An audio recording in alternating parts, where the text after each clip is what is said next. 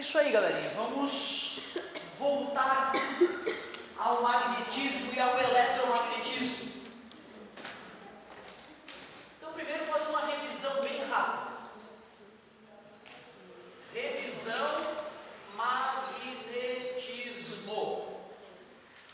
Existe uma rocha natural que a gente chama de magnetita, que ela apresenta propriedades bizarras. Pendura ela e deixa ela oscilar, ela vai lá e aponta para o polo norte. Outra coisa interessante é que se tu pega duas magnetitas, né, deixa elas oscilar, elas apontam para o norte. Se tu tenta aproximar o polo norte de uma com o polo norte da outra, elas se repelem. Se tenta aproximar o polo sul de uma com o polo sul da outra, repele. Agora, polo norte com o polo sul atraem. Elas se atraem. A lei do Fay aplicada ao magnetismo. Os opostos se atraem. Lembre-se que o ímã não está carregado, ele está neutro. Não é polo positivo e polo negativo. É polo norte e polo sul. Outra coisa curiosa é que se eu pego o ímã e corto ele ao meio, não importa quantas vezes ele continua apresentando os polos magnéticos. Também sabemos que tem uma temperatura acima da qual o ímã deixa de ser um ímã poderoso, ele tem alteração das suas propriedades magnéticas. Para explicar a inseparabilidade dos polos magnéticos e o ponto Curie, a temperatura acima da qual os efeitos magnéticos sofrem alterações, Weber disse, não, é porque existem pequenos ímãs elementares espalhados pelo ímã. Esses pequenos ímãs elementares estão espalhados por toda a estrutura, por isso não adianta tu cortar, que vai continuar existindo ímãs elementares em ambos os lados.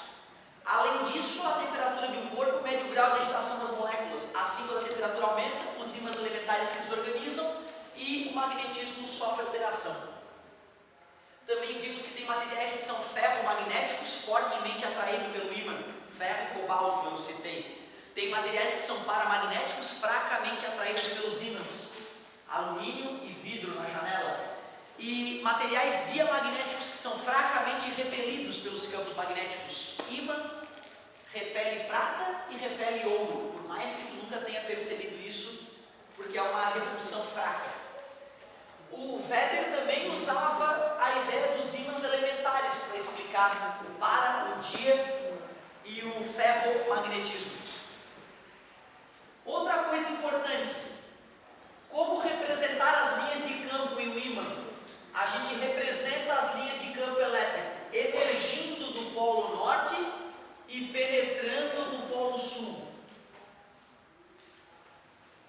Emerge do polo norte e vai em direção ao polo sul. As linhas de campo magnético são contínuas, não tem começo nem fim. Emergem no polo norte, penetram no polo sul e se ligam com elas próprias por dentro do ímã. Então observem que dentro do ímã as linhas de campo magnético vão do sul para o norte. É por fora do ímã que elas vão do norte para o sul. Quanto mais próximas as linhas, mais intenso é o campo, jamais se cruzam. São tangentes ao vetor campo magnético. Então o vetor campo magnético aqui já é um pouco mais fraco, mas ele é sempre tangente, aqui ele é ainda mais fraco. E sempre tangente à linha de campo. E aí o mundo começou a mudar depois do experimento de Oersted.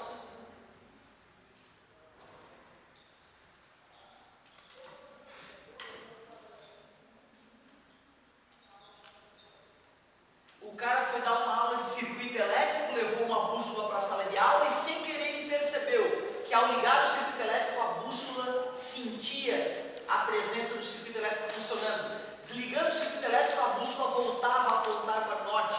Aí nós chegamos a uma conclusão muito importante. Cargas elétricas em movimento geram campo magnético. Cargas elétricas em movimento geram campos magnéticos.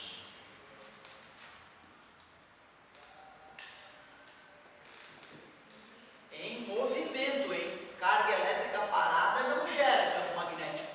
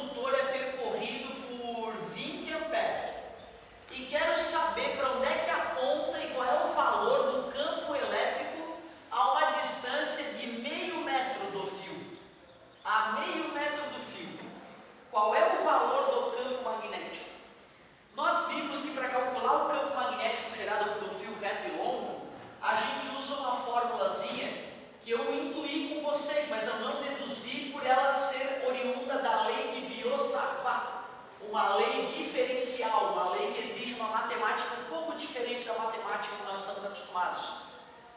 Aí eu te mostrei, né, que as linhas de campo magnético ao redor do fio são circulares. Como é a linha circular, o tamanho da circunferência é 2πr, aquele 2πr ali embaixo pode ser entendido dessa maneira, como a distribuição do campo magnético ao longo daquela circunferência.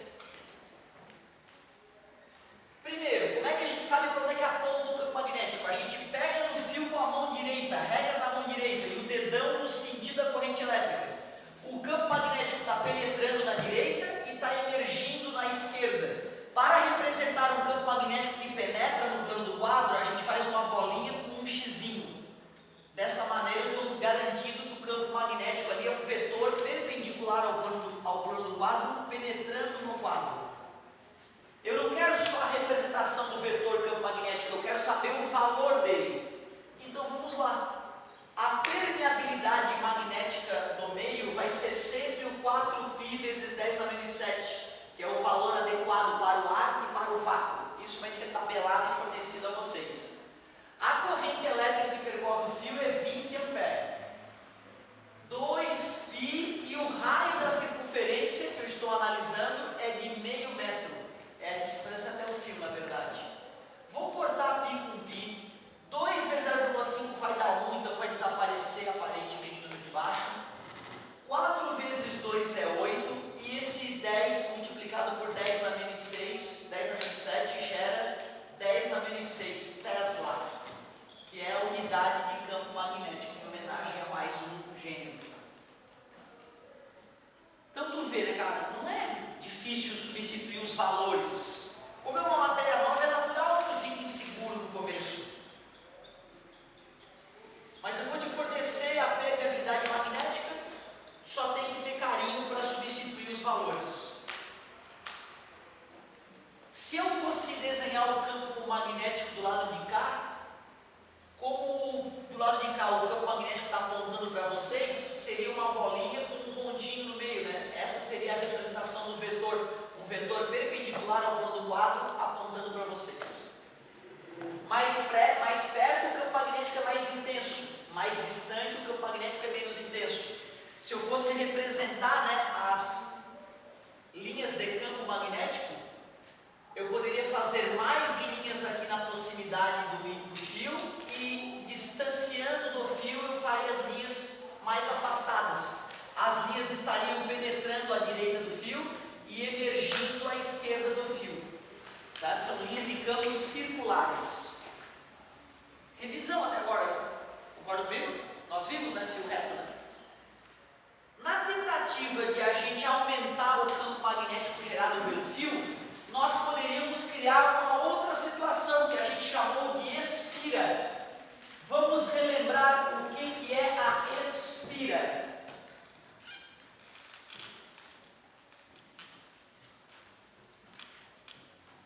Campo magnético gerado por uma espira. Última revisãozinha para a gente entrar em algo novo.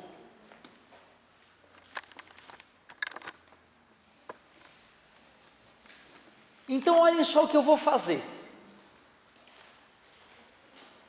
Eu vou pegar esse fio reto e longo e vou transformar em uma espira. Então, revisão, campo magnético gerado por espira. Imagine vocês que eu pego aquele fio reto e longo e acabo enrolando ele em torno da proximidade de um ponto. É o mesmo fio de antes, está sendo percorrido pela mesma corrente de 20 A. Só que agora eu fiz uma circunferência de raio 0,5 metros. Eu quero calcular e representar o campo magnético bem no centro da espira. Para calcular o campo magnético gerado por uma espira, a fórmula é bem parecida com a do fio reto e longo, só que não tem o π. Aí a piadinha tosca, né? Esse-π. Para onde é que aponta o campo magnético no centro? Para dentro ou para fora do quadro? Só pegar no fio com a mão direita. Não importa onde tu pega, ó. Qualquer parte do fio que tu pegar, se o teu dedão estiver acompanhando a corrente elétrica, mesmo que tu pegue aqui, ó, os dedos que acompanham o indicador vão estar apontando para dentro do quadro, mostrando que o campo magnético, nesse caso, aponta para dentro do quadro, a bolinha com o xizinho.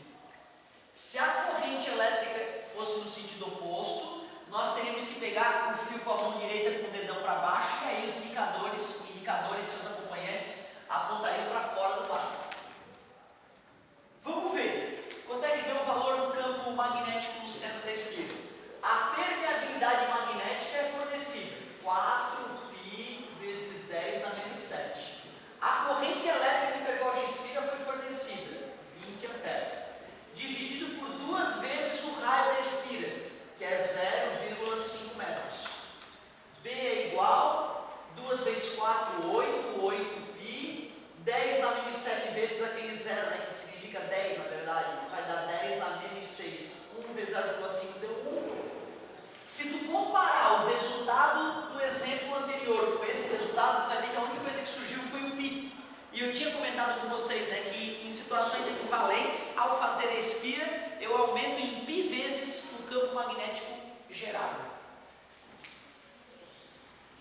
Pensa, né, se eu tivesse com esse fio reto, o fio ia estar se distanciando do ponto, né, que eu calculei. Quando eu enrolei o fio ali, eu estou deixando o fio mais próximo do ponto. E, portanto, eu estou incrementando o campo magnético. Pela experiência que eu tenho, cara, eu percebo que a maior dificuldade da galera não é jogar na fórmula e calcular. A maior dificuldade da galera é pegar no fio com a mão direita. Esse é o tipo de coisa que tu tem que treinar, cara. E geralmente o pessoal fica meio encabulado, tu parece meio louco quando tá fazendo essa parte da matéria. Tu fica meio que em cima do caderno, fazendo assim. No dia do vestibular, tu vai ver que legal que é. Quando cai a questão dessa parte, todo mundo, mais ou menos na mesma hora, tá chegando na questão, né? Tu vê que tá todo mundo em cima da prova, que nem um maluco, assim, olhando pro ar e pegando no além. Faz parte do estudo, não tem que ter vergonha. Pega no fio com a mão direita. Vai começar a parte nova agora, hein? Isso sim é novo. Poxa, o fio reto e longo gera campo magnético, mas não muito intenso. Na tentativa de aumentar o campo magnético produzido por corrente elétrica, criamos a espira. Enrolamos o fio em volta de um ponto específico. Já que a gente quer ainda mais campo magnético, a saída só pode ser uma: formar o famoso solenoide. Vamos ver como é que se calcula o campo magnético gerado por solenoide.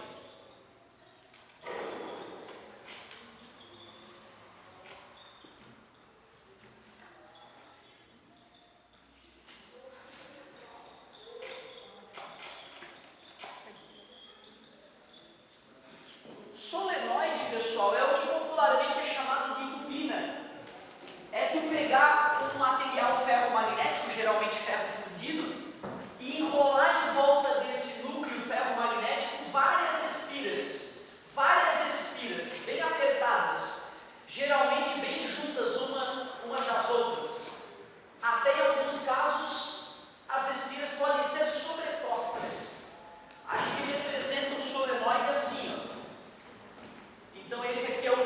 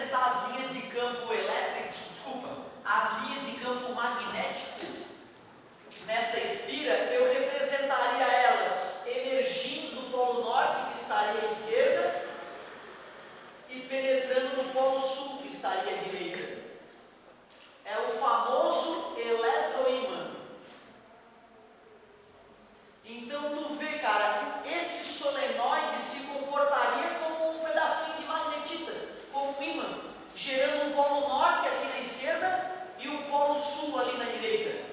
Como é que eu determinei a polaridade desse eletroímã? Eu determinei a polaridade do eletroímã usando a regra da mão direita num dos pedacinhos do fio. Se a corrente elétrica estivesse descendo aqui pela frente, o meu dedão estaria para baixo e os indicadores seus acompanhantes estariam apontando para o outro lado. Aí eu inverteria o polo magnético, né? Ali seria o polo norte, ali seria o polo sul. Então a regra da mão direita foi revisão, não foi a parte nova.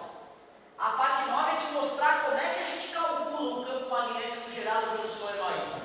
Claro que a permeabilidade magnética do meio influencia.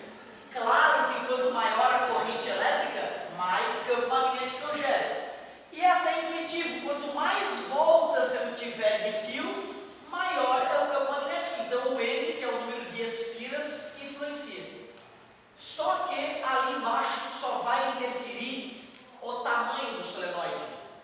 Observe vocês que o tamanho do solenoide é a distância da primeira à última espira. Como explicar que um solenoide menor gera um campo magnético maior? Aproximar as espiras é deixar o solenoide mais concentrado, digamos assim. Por isso que quanto menor a distância entre a primeira e a última espira, mais poderoso é o campo magnético gerado pelo solenoide. Vamos exagerar, vamos fazer um exemplo exagerado, para ver se a gente consegue um campo magnético poderosíssimo. Vou fazer um solenoide usando 10 mil é pouco, 100 mil voltas de fio. Posso pegar um fio bem fininho, né? E aplicar 100 mil voltas de fio. Nós sabemos que a permeabilidade magnética do meio é o valor clássico.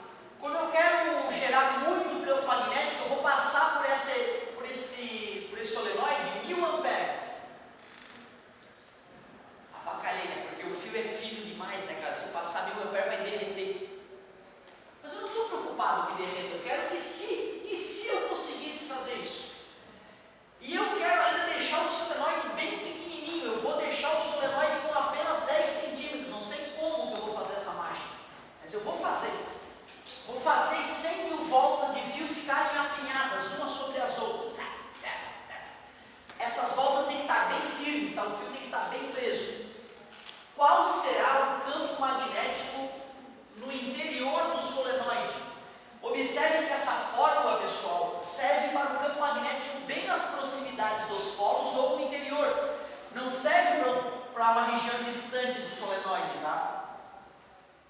Se nós conseguíssemos construir um solenoide bizarro como esse que eu acabo de mostrar, vamos ver qual seria o valor do campo magnético produzido. μ0, 4π vezes 10 na menos 7. Corrente elétrica, 1000 amperes, ou 10 na 3. Número de voltas, 10 na 5. Tamanho do solenoide, 10 centímetros, que é o mesmo que 0,1 metro, ou 10 na menos 1 metro. Então ali embaixo foi o 10 na menos 1. Campo magnético gerado, 4π, aqui em cima vai dar 10, embaixo 10 na menos 1 passa para cima 10, agora sim. Agora sim, eu consegui um campo magnético pela primeira vez maior do que 1 Tesla, porque geralmente era 10 na menos 3, 10 na menos 4, 10 na menos 5. Porra, esse campo magnético aí, acho que já dá para fazer uma máquina de ressonância magnética. Tu acredita, cara, que uma máquina de ressonância magnética, o ímã que gera campo magnético dentro da máquina é tão poderoso, tão poderoso, que faz os átomos do teu corpo todos ficarem alinhadinhos. Gira os átomos do teu corpo, faz os átomos do teu corpo todos ficarem alinhados. E eles estão tão alinhados e tão organizados que eu consigo então diferenciar um átomo do outro, uma camada de uma célula para outra célula, né? A gente consegue mapear aí os tecidos dentro do corpo humano com grande precisão. Isso exige uma boa energia e alguns milhões de dólares, né?